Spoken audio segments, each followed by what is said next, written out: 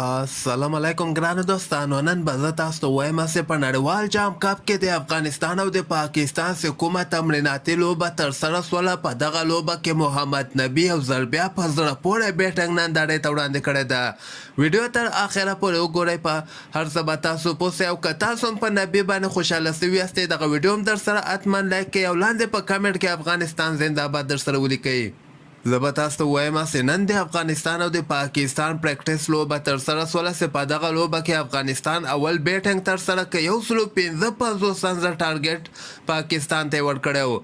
د افغانستان لپاره زازي صاحب 11 بالو باندې یو ځل بیا صرف 9 رنز کړي، یعنې ناکامه سوی د رحمان الله ګوربز په اول بار باندې خپله ویکټ له لاسه ورکړله او دغې نه علاوه ابراهیم صدران یو ځل بیا مهم رنزونه کړي دي. 15 رنز په 14 بالو باندې کړي دي.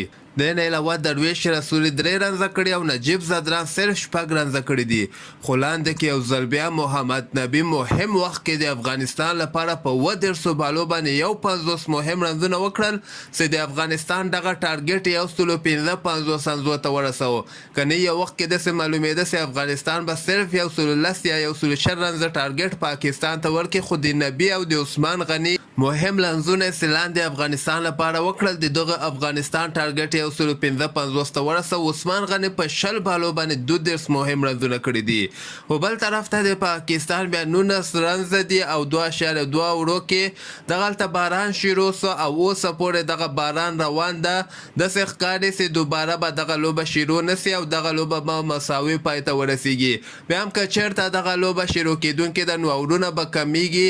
هر څومره چې باران زیاتېږي هماغونه به اورونه کمیږي، خو اوسه پورې باران روان ده او امکانات کم دي چې دغه لوبه شروع سي. خو د محمد نبي مینوالو لپاره او د افغانستان لپاره ښه خبر دا ده چې نبي بیرته فورم کې راغلی ده. د نبي فورم کې راتګ د افغانستان لپاره یو ډېر د خوشحالۍ خبر ده.